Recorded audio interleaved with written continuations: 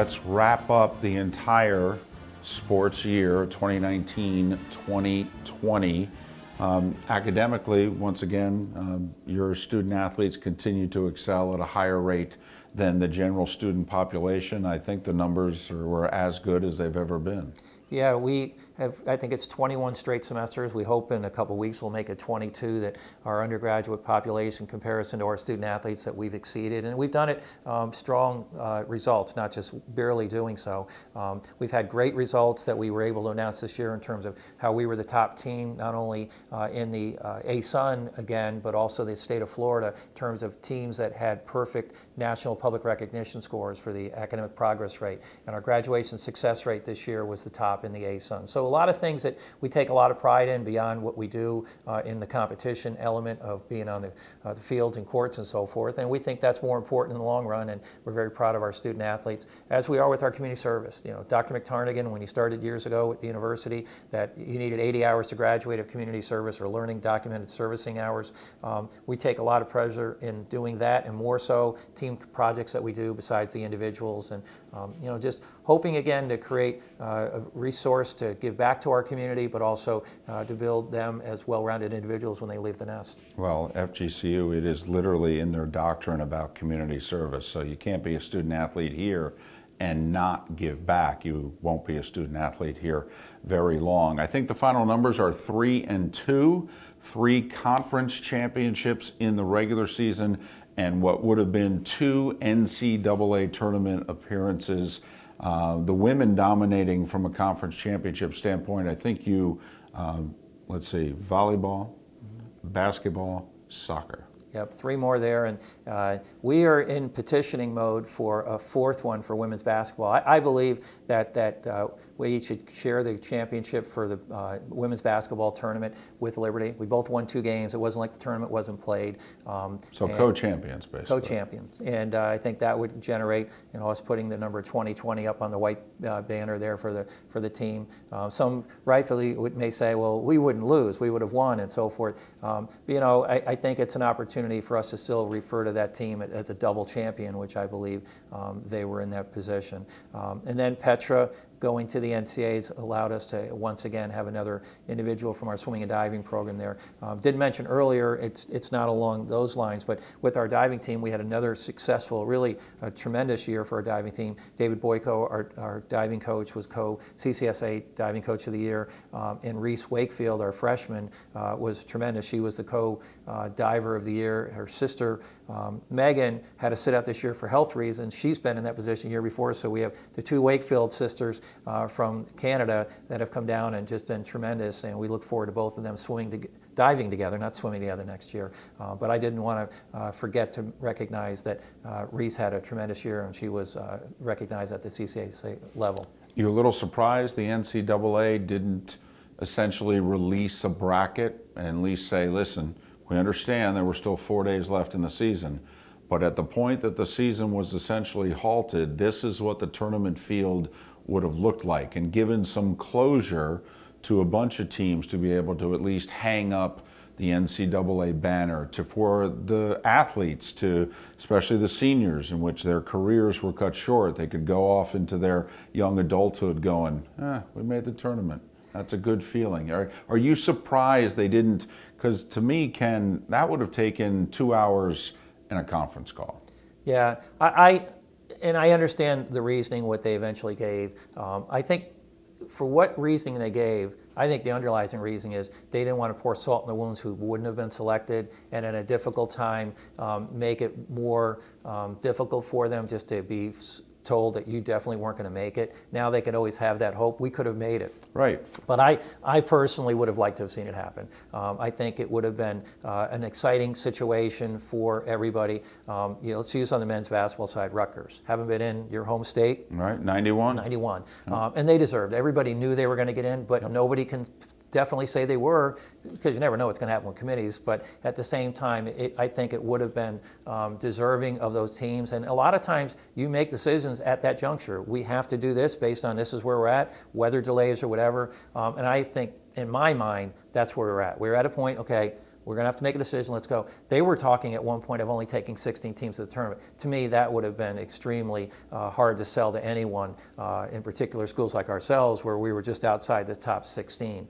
So I think what they could have done, most of us were disappointed with. I realize the rationale aspects of why they didn't, but I think a lot of us would have loved to see where the ladies would have been in that bracket, and it looked like it would have been a 7, 8, 9, 10 situation. To be honest with you, I think they could do it now. I think they could do it in 2 weeks from now. I mean, it's just an exercise, you know, you get a few people, Skype, I mean, nobody's leaving their homes. And worst comes to worst, you and I can do it. Well, hey, I'll always throw my 2 cents in on anything. I don't expect anyone to listen, but I'll throw my 2 cents in just about anywhere. Anything else you want to say about the 2019-2020 sports year before we look ahead to actually 2 or 3 pretty exciting things that are on the menu here coming up in the fall? Well, again, I just want to thank all our seniors and the ones that may not be coming back in terms of the seniors that have the opportunity, but all of them.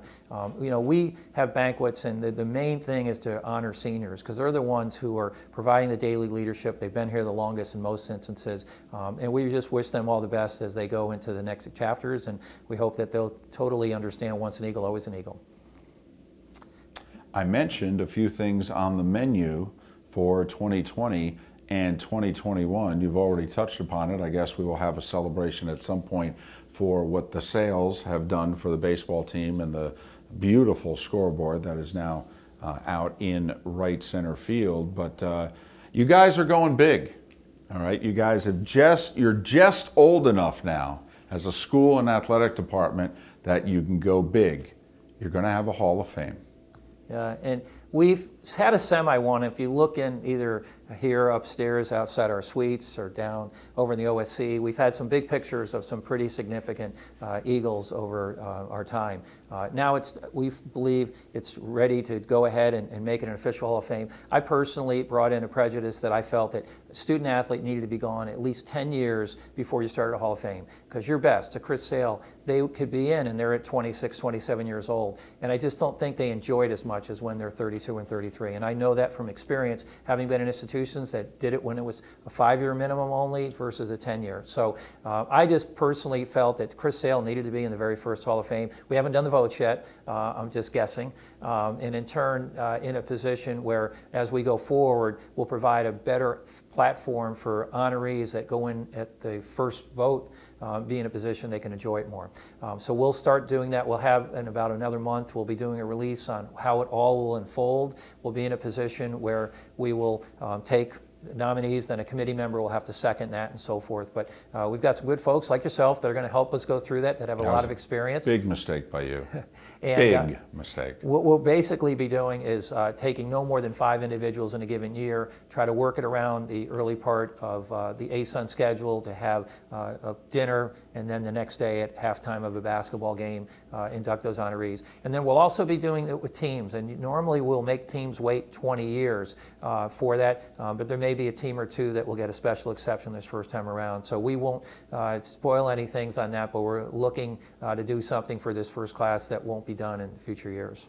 Well, a guy who was a head coach of a very special team here, Andy Enfield, is going to make his triumphant return to Alico Arena in November of 2020 because the next men's basketball season will start with the Eagles hosting the Trojans from USC.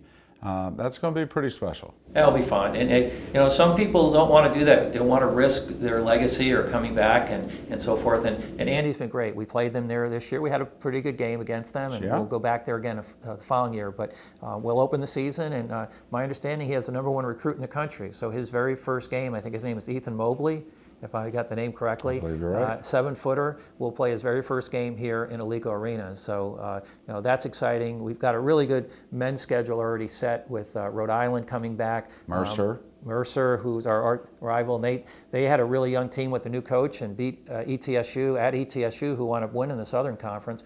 Dartmouth comes down as a return game from the Ivy League. So we're excited about that. On the women's side, Princeton, who was one of the few teams to beat us and had a great team, I think they finished 9, 10, 11 in the RPI. They returned. And we have Temple coming back. And Carl, as always, does not shy away from strong schedules. We have a lot more games on the women's side to still schedule, but look forward to providing the atmosphere that our fans have been used to in the last several years. And it may seem like a little thing, but I love the fact that USC and FGCU are going to play in men's basketball on a Tuesday night, because let's face it, that's the middle of football season, the beginning of the college basketball season.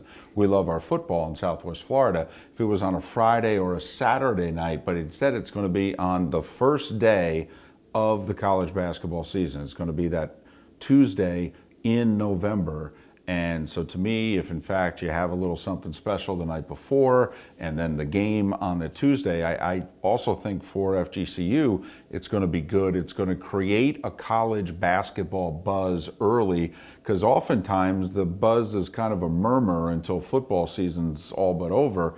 I actually think you're going to create some early buzz. Well, we hope that buzz would be that a national television audience would be interested in the game. So, we're going to work through those things. It really is exciting to start the season, as you mentioned, in such a unique way.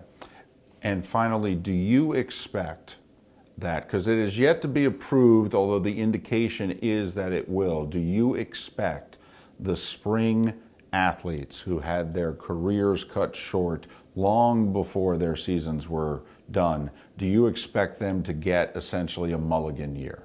I do. I have not heard really much and any other perspective on it. The only question really will be the old devil's in the details. And again, whether some of these seniors want to come back, or do they want to be in a position where they've decided, I got to move on. Yeah, it's time, whether professional opportunities athletically or career-wise. Some of these, real world. Yeah, these kids have some really good opportunities in front of them that they want to get their next chapter started.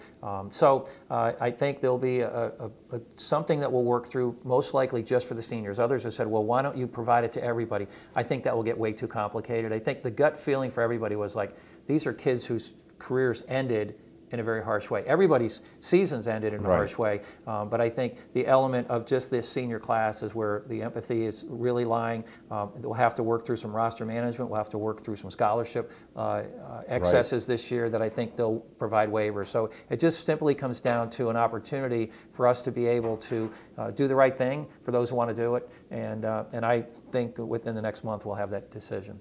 And obviously, because of the coronavirus, there are no end-of-the-year banquets or anything like that, which is another thing as we've seen over the years. I've hosted a few. It's a chance for the fans to mingle for one last time and thank the players and all that. Hey, everything got cut short this year. Knock on you-know-what, everything is good here at FGCU, and that everyone stays safe. Well, and to that healthy. point, we've had, in particular because of, as you mentioned previously, about the women's basketball being such a special season, could we do something for them? They had such a large senior class. We're still going to try to do something. It may not ever come to fruition, but as things become safer for us to do things in larger groups, we could possibly do something middle of the summer, end of the summer, even maybe beginning of next year for those who could come back. So we don't want to lose sight of it. That team will certainly go someday into the Hall of Fame. But if we can honor and celebrate that group sooner, we will. We had our annual Nesties that we've done, which honors all our athletes that we always do just before finals start. That won't occur this year, but working with our staff, we're going to try to create memorable experiences and maybe do some things online that maybe we could present the winners in a different platform this year. But we don't want to lose fact that we've got great individuals that still should be thanked and honored, and try to do it in a way that's safe for everybody. It was an interesting 2019-2020 year, to say the least. It obviously ended the way it did, but also for FGCU, there were some major highs, there were some crushing losses, but all in all, academically, on the field, it was pretty good. again, the senior class in particular continued the legacy of what FGCU athletics has been about on and off the field, and that's our responsibility, is to bring in new individuals to keep it going, and we've been able to do it with some tremendous coaches who've grasped it. Some of our coaches, we've been so blessed, that are the only coaches we've ever had, and I think that's part of a young but unique program that we have. When you think of certain teams, you think of that head coach who's the only coach we've ever had. Four, right? Yep. Coach Semesco, Coach Tillett, Coach Deros, and Coach Blankenship for those 4 tremendous teams. So we've got a blend of many other new coaches that have come in over the last several years who have created their own marks, and we're in a position where our responsibility is leave it better than we found. Our senior class did that again this year, and we look forward to continuing it. Thanks to you for watching. Thanks to your support of FGCU Athletics. For Ken Cavanaugh, I'm David Moulton. This has been State of the Eagles. Stay safe, God bless, and go Eagles.